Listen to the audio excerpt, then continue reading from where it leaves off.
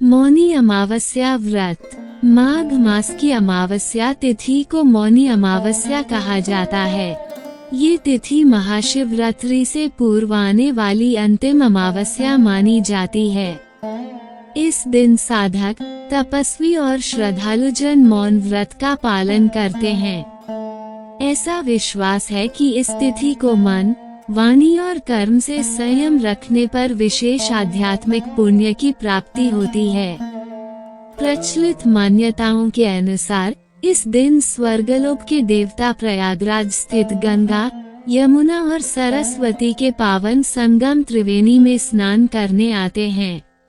कहा जाता है कि मौनी अमावस्या के दिन सभी नदियां अत्यंत पवित्र हो जाती हैं और जिस पुण्य की प्राप्ति अश्वमेध यज्ञ करने से होती है, वही पुण्य इस दिन केवल नदी में स्नान करने मात्र से प्राप्त हो जाता है। इसी कारण इस तिथि का धार्मिक और आध्यात्मिक महत्व अत्यंत अधिक माना गया है।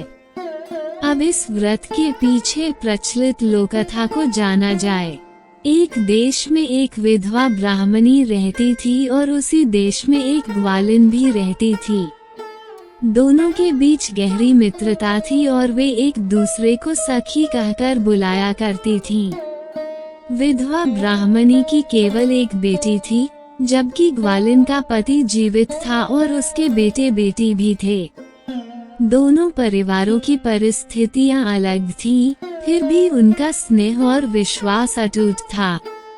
एक दिन दोपहर के समय ब्राह्मणी अपनी बेटी के साथ बैठकर सूत काट रही थी।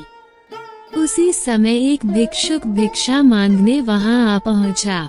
जब ब्राह्मणी की बेटी भिक्षा देने के लिए उठी, तो भिक्षुक ने उसे ध्यान से देखा और अनजाने में ही उसके मुख से निकल पड़ा, हाय भगवान, इतनी सुंदर कन्या के भाग्य में भी वैधव्य का दुख लिखा है। ये बात सुनते ही ब्राह्मणी के पैरों तले जमीन खिसक गई। वो व्याकुल होकर रोने लगी और तुरंत भिक्षुक के पास पहुंचकर बोली, बाबा, आपने जो कहा है, क्या वह सच है?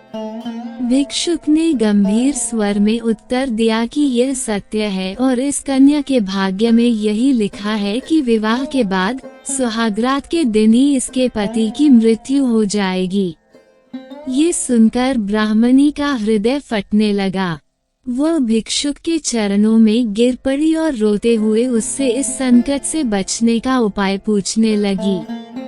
ब्राह्मणी की करुण पुकार सुनकर भिक्षुक ने कहा कि इस अनिष्ट से बचने का एक उपाय है। उसने बताया कि यदि कोई व्यक्ति मौनी अमावस्या के व्रत का फल कन्या के पति के मुख से स्पर्श करा दे, तो उसका पति मृत्यु से बच सकता है और जीवित हो उठेगा। परंतु इसके साथ ही उसने ये भी चेतावनी दी कि जो भी व्यक्ति अपना मौनी अमावस्या का व्रत फल दान करेगा, उसके अपने घर के सभी लोग जहाँ जहाँ होंगे, वहीं मृत्यु को प्राप्त हो जाएंगे। ये सुनकर ब्राह्मणी और अधिक भयभीत हो गई। वह कांपते स्वर में बोली कि उस व्यक्ति को इस भयानक विपत्ति से कैसे बचाया जा सकता है। तब भिक्षुक ने कहा कि इसका भी एक उपाय है। उसने बताया कि कुछ दूर एक वन दिखाई दे रहा है। उसी वन में एक कुष्ठ रोगी ब्राह्मण रहता है। यदि उस ब्राह्मण के शरीर पर दही से भरा एक हांडी उड़ेल दी जाए और फिर उसी दही को अपनी जीभ से चाटकर पुनः उसी हांडी में भर दिया जाए, तो सभी संकट टल जाएंगे और सबका जीवन सुरक्षित हो जाएगा।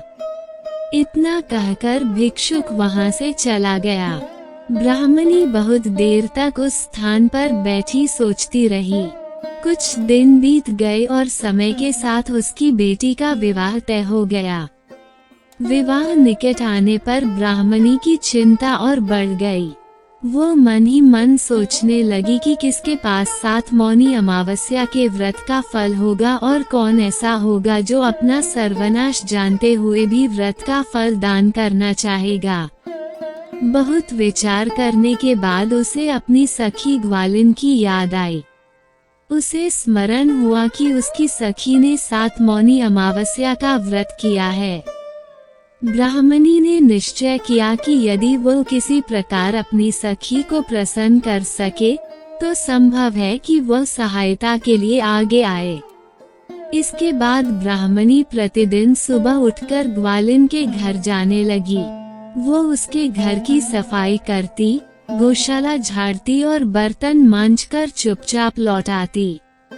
ग्वालिन रोज उसे ऐसा करते देख हैरान हो जाती और कहती, तुम तो ब्राह्मण की बेटी हो, फिर रोज मेरे घर आकर इतना काम क्यों करती हो।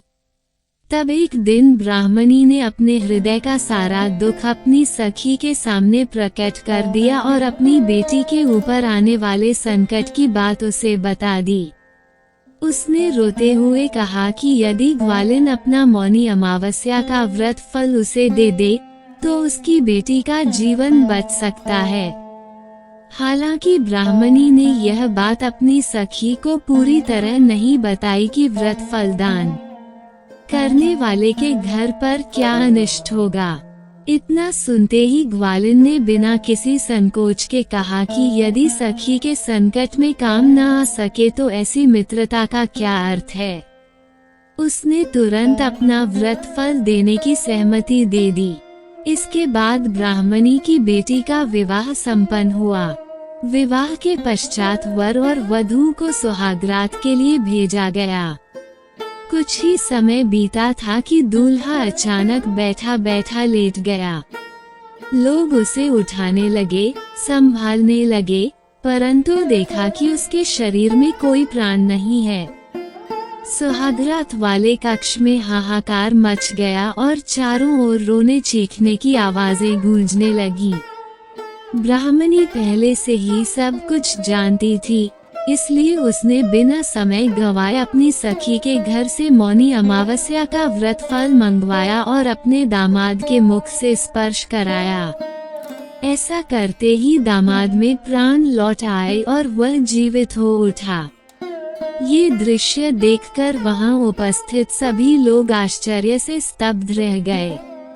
अगले दिन सुबह ग्वालिन जब नींद से जागी तो उसने देखा कि उसका पति, उसका बेटा और घर के अन्य लोग सभी मृत पड़े हैं।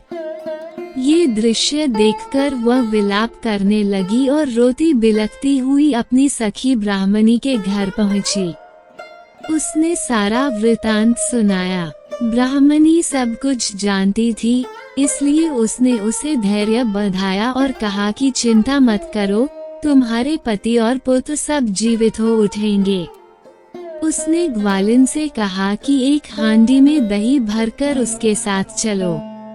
दोनों सखियां वन की ओर चली। वहां उन्होंने एक झोंपड़ी में एक कुष्ठ रोगी ब्राह्मण को पड़ा हुआ देखा। ब्राह्मणी ने ग्वालिन से कहा कि वो उस ब्राह्मण के शरीर पर दही उड़ेल दे और फिर बिना किसी घृणा के अपनी जीभ से उसी दही को चाटकर वापस हांडी में भर दे। ग्वालिन ने मन में कोई संकोच या घृणा न रखते हुए वैसा ही किया। जैसे ही उसने ऐसा किया, वैसे ही वह कुष्ठ रोगी ब्राह्मण पूर्ण रूप से स्वस्थ हो गया।